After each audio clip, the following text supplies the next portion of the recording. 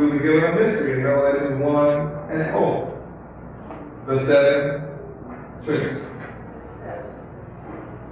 The chief church being Ephesus. Ephesus was not a church, but what? A city. Therefore, Ephesus was identical to a country. The chief city is portrayed in America as America. The chief country, the chief city, Babylon, known by many names. And we're getting the shock of our lives here by seeing what went on there, going on right here in America. In our face. Verse 30, read. And when Paul would have entered in unto the people, the disciples suffered him not.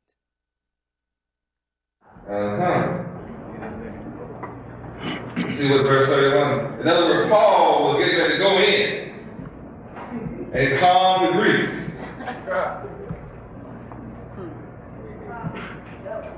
Yeah, Paul was getting ready to go in and calm the Greeks. The Greeks were rising. Yes, sir. Demetrius. And his people were the one raising hell. And Paul is going on back into the Gentiles now. Going to comfort and tell them, don't worry about it. Read the next verse. And certain of the chief of Asia. Chief of Asia. What was the chief was? Somebody, and they're rulers. Some of the very rich of Asia, huh? Some of the super rich. Say what? Which were his friends, sent unto him, desiring him that he would not adventure himself into the theater. Don't go into the theater. There's a bomb in there. They're not going to listen to anybody. They're fighting over that crowd. They feel that their livelihood, their wealth is in danger. And you that one been teaching that stuff, man, they'll kill you. Don't you go in there.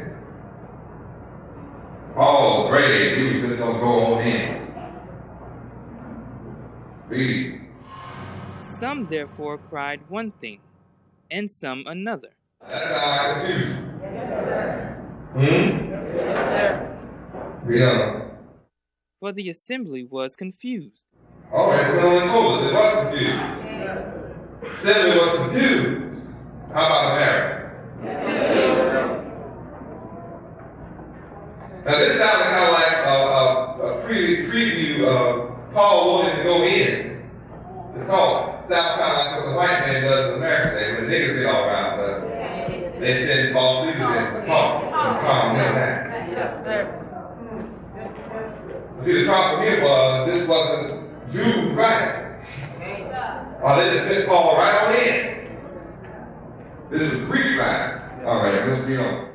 And the more part knew not wherefore they were come together.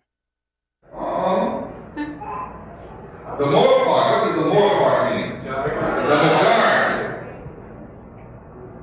The majority didn't even know why they were there. The majority didn't even know why they were having this meeting. Didn't have any idea what it is about. The majority of the niggas in America don't know why they're here.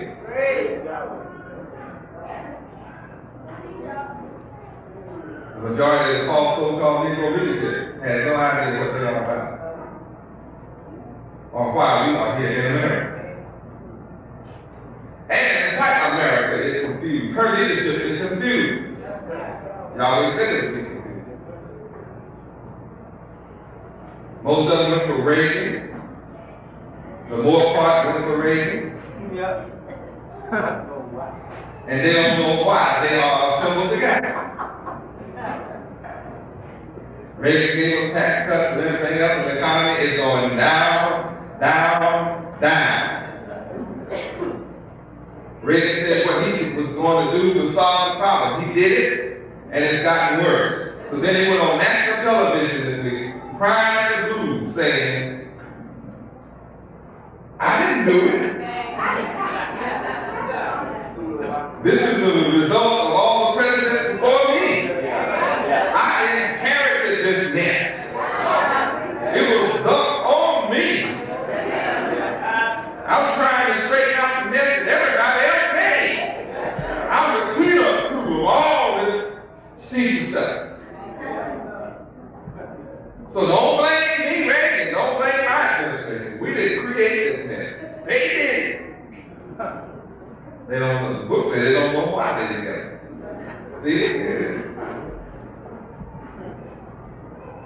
They knew not why they were come together.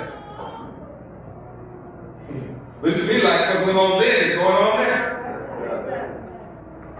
This went on in essence.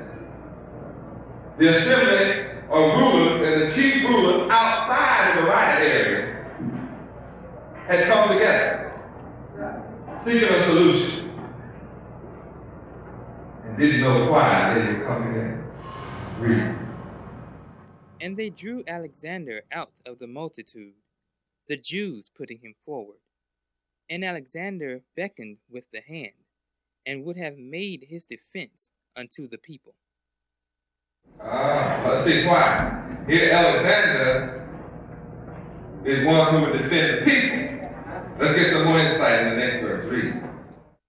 But when they knew that he was a Jew, all with one voice about the space of 2 hours cried out, Great is Diana of the Ephesians.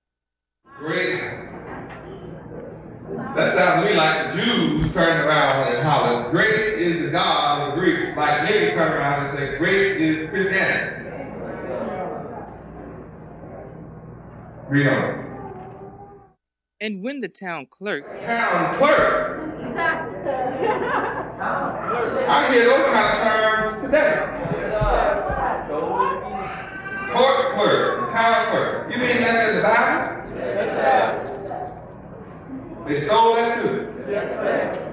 Read that again. And when the town clerk had appeased the people, he said, Ye men of Ephesus, what man is there that knoweth not how that the city of the Ephesians is a worshipper of the great goddess Diana, and of the image which fell down from Jupiter? Look at there. The planet Jupiter has been invoked.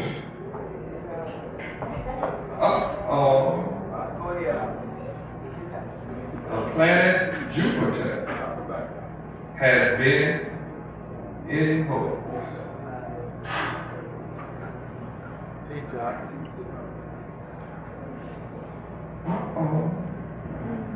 How would they know over 2,000 years ago about the planet Jupiter?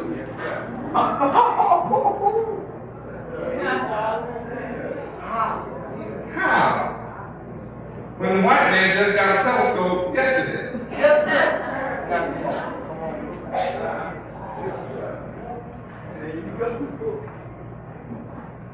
And yet over 2,000 years ago, we were talking about Jupiter and had knowledge of Jupiter, and they say something fell down from Jupiter.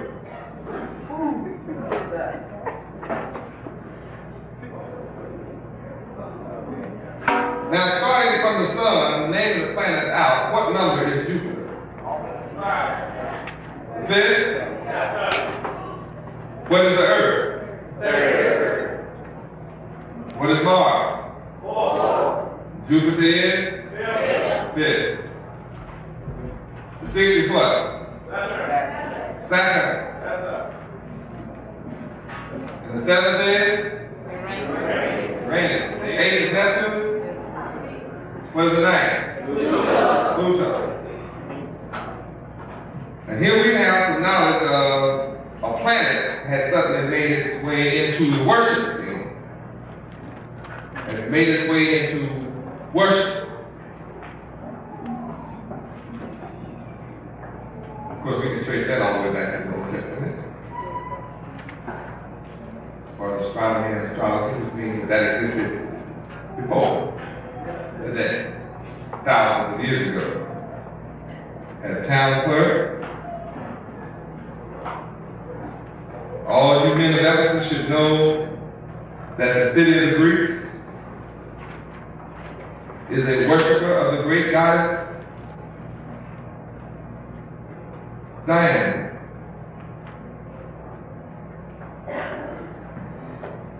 Read.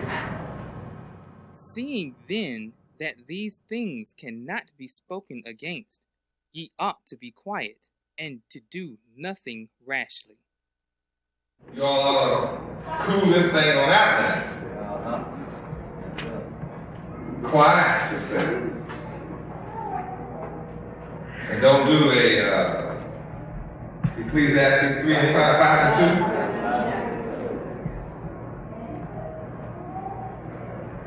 2. Read verse 37. For ye have brought hither these men, which are neither robbers of churches, nor yet blasphemers of your goddess.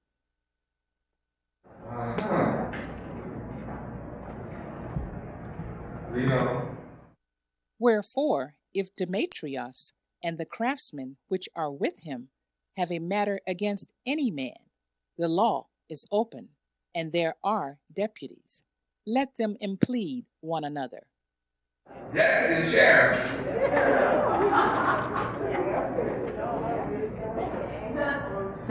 Stolen it from the Bible. Deputies.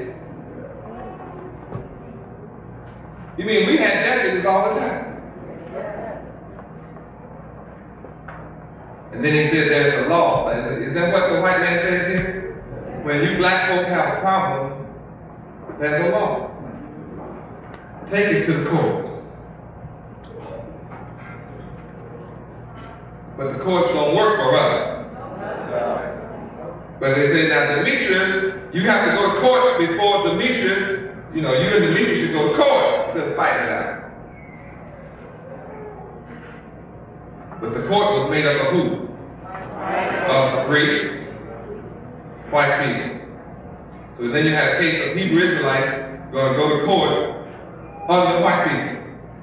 Is that what's going on in America today? Yes, sir. Verse 39. But if ye inquire anything concerning other matters, it shall be determined in a lawful assembly. In other words, that was a religious question, or a question between the goddess Diana and the god Yahweh. They were hoping that they would take that to the court. But if you don't take that to court, any other matter is to be conducted in a lawful assembly. Verse 40. For we are in danger to be called in question for this day's uproar, there being no cause whereby we may give an account of this concourse. Read on. And when he had thus spoken, he dismissed the assembly. Check out in danger. Do you see the parallels of today?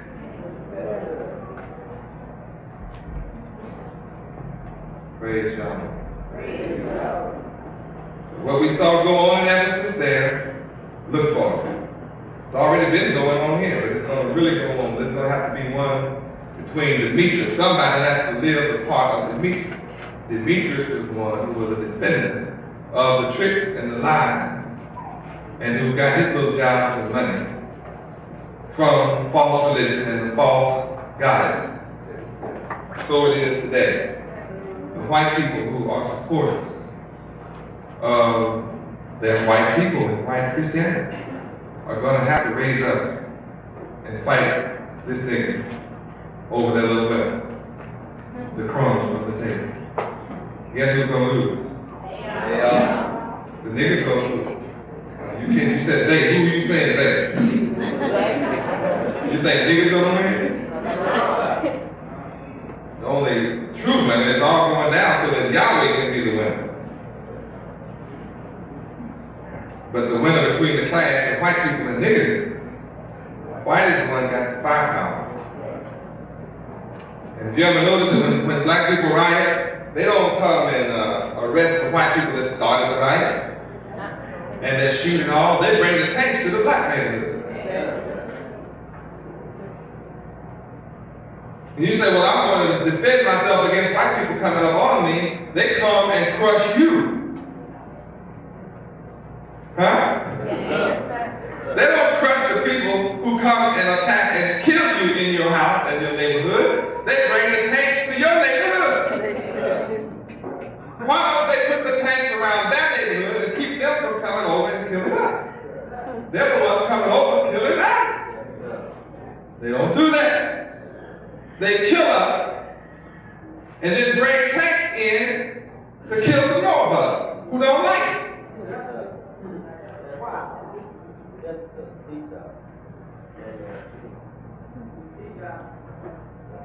Why did they bring the tanks in? If niggas didn't cry out, they wouldn't bring them in. They just come in and just keep killing, like a turkey shoot. Black man raised up to defend himself, then they bring the army in to kill you for wanting to defend yourself. Is that the way it works?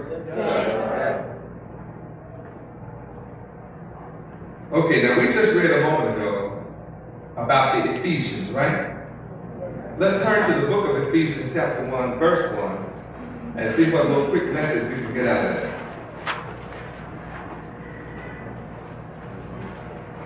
Ephesians 1 and 1, read. Paul, an apostle of Yahweh ben Yahweh, Christ, by the will of God Yahweh, to the saints which are at Ephesus, and to the faithful in Christ Yahweh ben Yahweh. Really, this message is to the faithful who will be with Yahshua the Son. And I remind you now about some other things that happened to Ephesus, which we spoke of once before. Ephesus was the most favorable of all 7 cities. Good harbors, excellent access to rich valley, fabulous highway system. The book said highways, paved highways. Over 2,000 years ago, paved highways.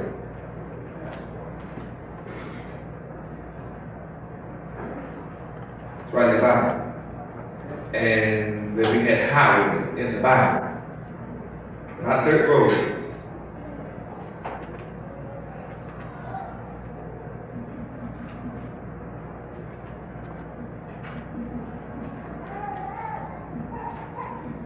The harbor and the shipping lane, the shipping facilities of Ephesus was destroyed. That would indicate that the exports of America will be greatly hindered. We see that taking place right now. Today, the ruined city of Ephesus is laying in a swampy plain. Now let's turn to Revelation 12:3. Read. And there appeared another wonder in heaven, and behold, a great red dragon, having 7 heads and 10 horns, and 7 crowns upon his heads. All right, who wants to come down and explain the mystery?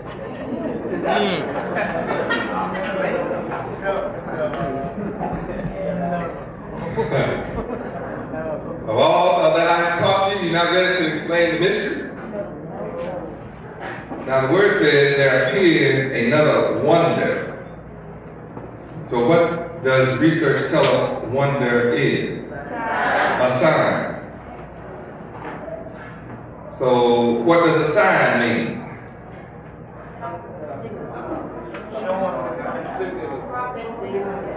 It's a happening, something that happened. A prophecy. A happening that signals something to come.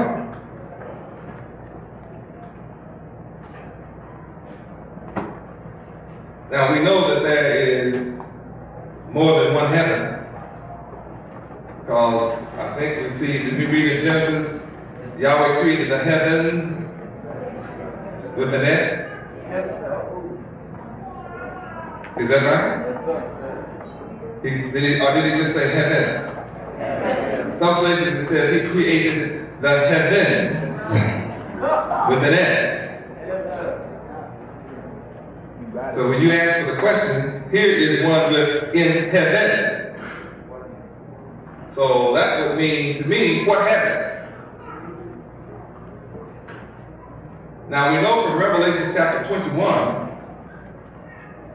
that there would be a new heaven and a new earth. And that this was talking about New Jerusalem. That is one. Then we also know from our study that the mind of a man is also considered the heavenly part of him. So heaven is up above our head, meaning up above our eyesight, which is the brain area. So there's definitely something going on inside our brain, the heaven of our mind.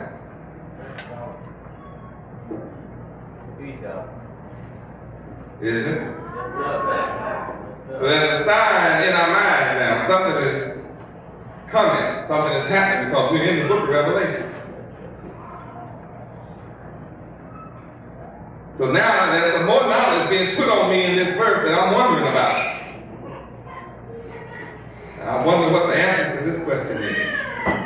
I wonder, what is this sign now? Here is a great red dragon having 7 heads, 10 horns, and 7 crowns upon his head. And that animal is over there on the wall. Right over there. Some of them have 1 horn and some of them have 2. You zero in on it? Now they show you coming out of heaven. See, the beast show you what? Something in the sky. He put your mind right away up in the cloud, out of reality, when the whole thing is a mystery in the first place. And to help add to the mystery, he puts our mind up there in the clouds. Now you know good and well, ain't no dragon gonna be flying down in space. Nowhere. Not in no real sense of no space. Now the only phenomenon that is dealing with this concept is the mind.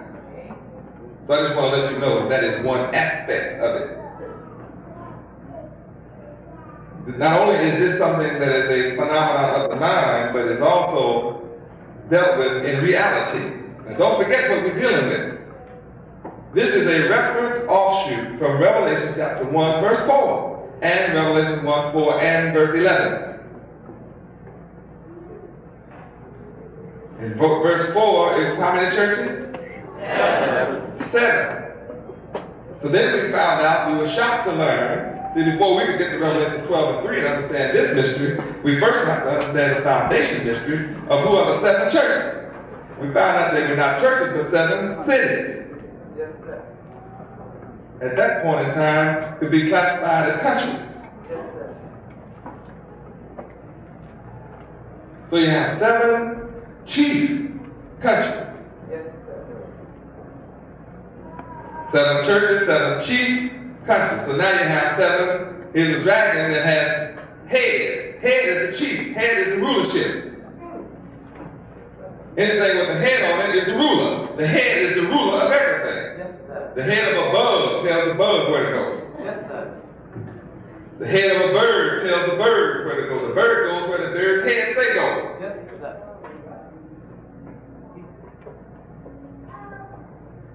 So we're dealing with chief rulership in relationship to countries. Now, as we study the 7 churches or the 7 cities or the 7 countries that were dealing with the past situation regarding Ephesus, there was a certain group of people in charge and ruling. And we knew that one of the rulership was Greek. And we knew another one was Rome.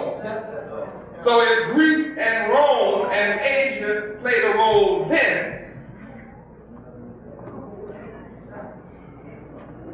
then they want to play a role in the future. Chief city and Babylon and prophecy and rulership.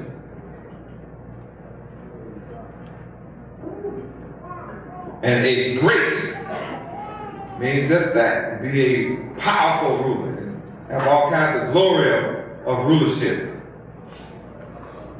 We know that without exception, religious scientists say that the Pope of Rome and Catholicism itself represents the great red dragon.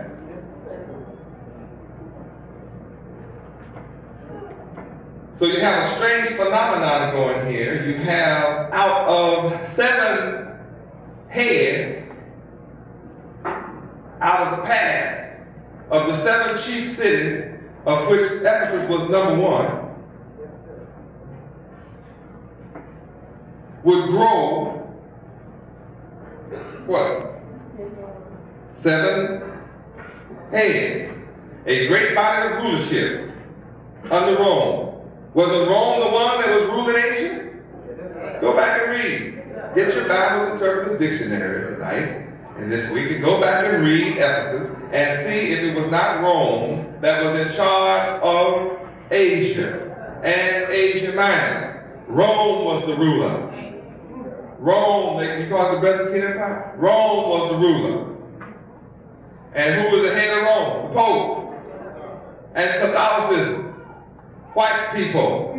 Who was it destroyed Jerusalem after Yahshua? Rome.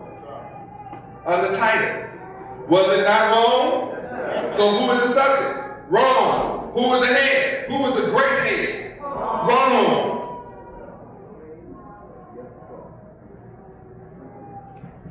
That was the body. Rome was the whole body.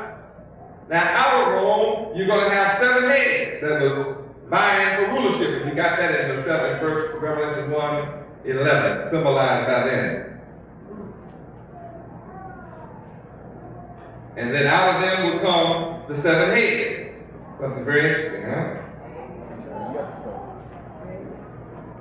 Now, out of the original head, something else grew. Something else came out of them. They didn't just roll over and die in rulership. They are also prophecy.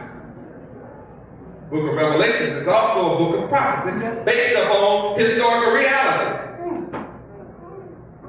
So that if you go back in history, you can actually find where Ephesus is.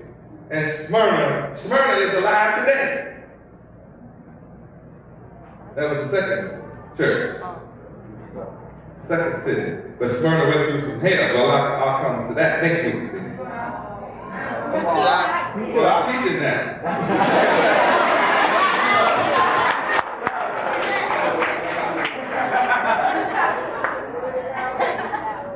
If the sentence was written this long, then you can't expect me to say it all in one breath. I have to answer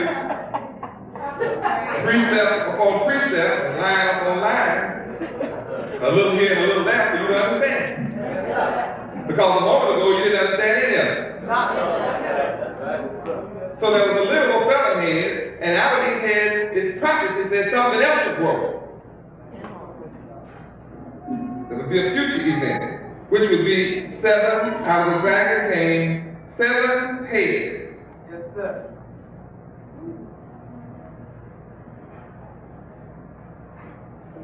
Seven country confederates. And then all of a sudden, he's going to have 10 horns to grow out. And those 10 horns grew out of the head.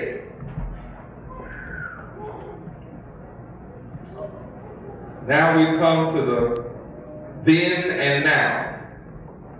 It happened then and going to happen and has now happened. The 10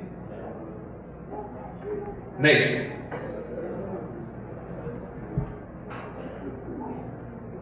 Symbolized also by the man with the 10 toes. See, that's Daniel's vision complete. So here we have this dragon coming out of heaven, meaning he would have a religious background.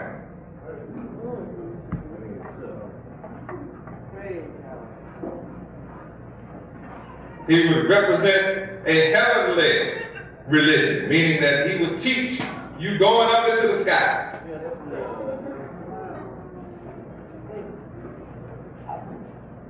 Teach you a sky religion.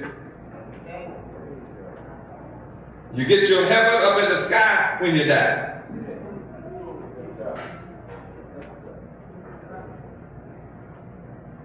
To teach you a religion that you would leave the earth and go get caught up in the sky. And go off in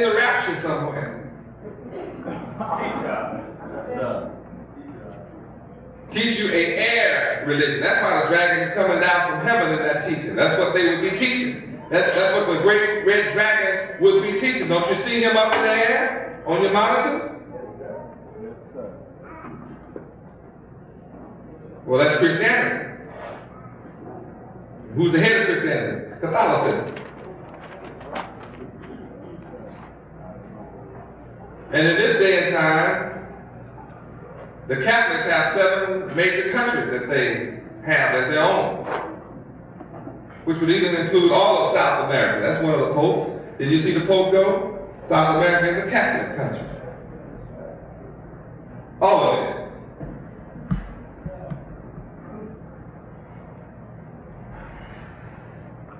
Did you hear him tell you France was a Catholic country? They rolled up 95% of it was.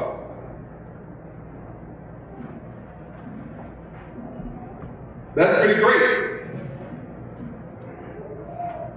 Of the known world's resources, when you consider this talking about world resources, is that not the source of the white man's power? Natural resources. Yes, sir. Oil and South America represents the world's richest, one of the world's richest areas in timber, lumber. There's all kinds of other minerals.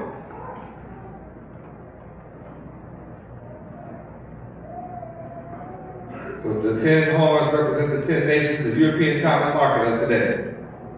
That would come and has now been fulfilled as of 1980 or 81.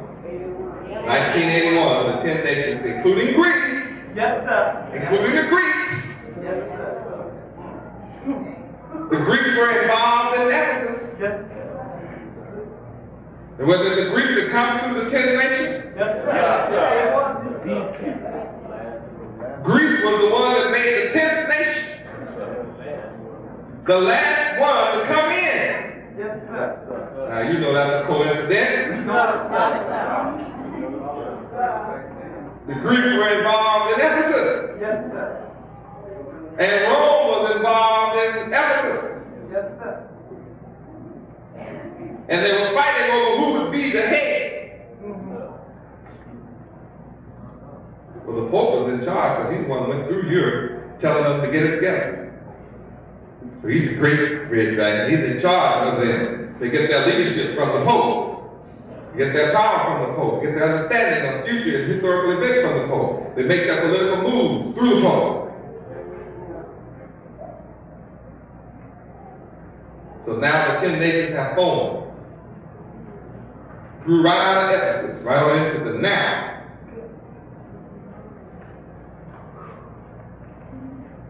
They had 7 crowns. That means that some of those kingdoms will become, 2 of those kingdoms will become as one. 2 of the others will become as one. Under one crown of rulership. And it'll be like seven real powers out of what? Those 10 powers.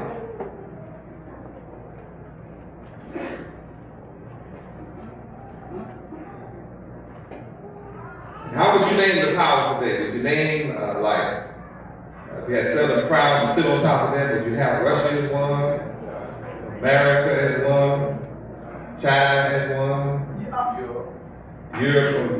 Just start naming. You might be able to come up with 7 crowns and then circle those 10. You just might. Now, that's related. How many can now see that this red dragon and his 7 heads are related to Ephesus, or at least to the time of the 7 churches in Revelation 1 and 4. And whatever the 7 met in the past, so shall these be today. Let's go to Revelation 13:1. Read it. And remember now, I'm not dealing with all 3 because I'm saving that for you.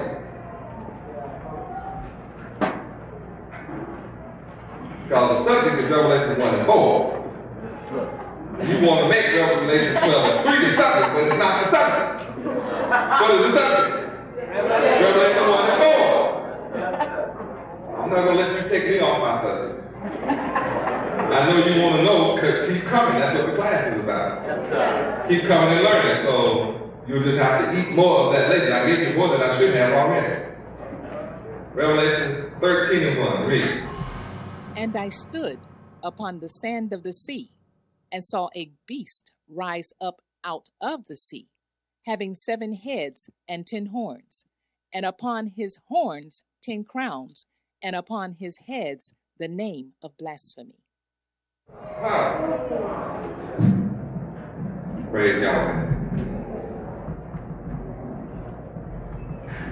Yes, there is a tie-in between Revelation 13 and 1, Revelation 12 and 3, Revelation 1 and 11, Revelation 1 and 4, and John 16 and 13.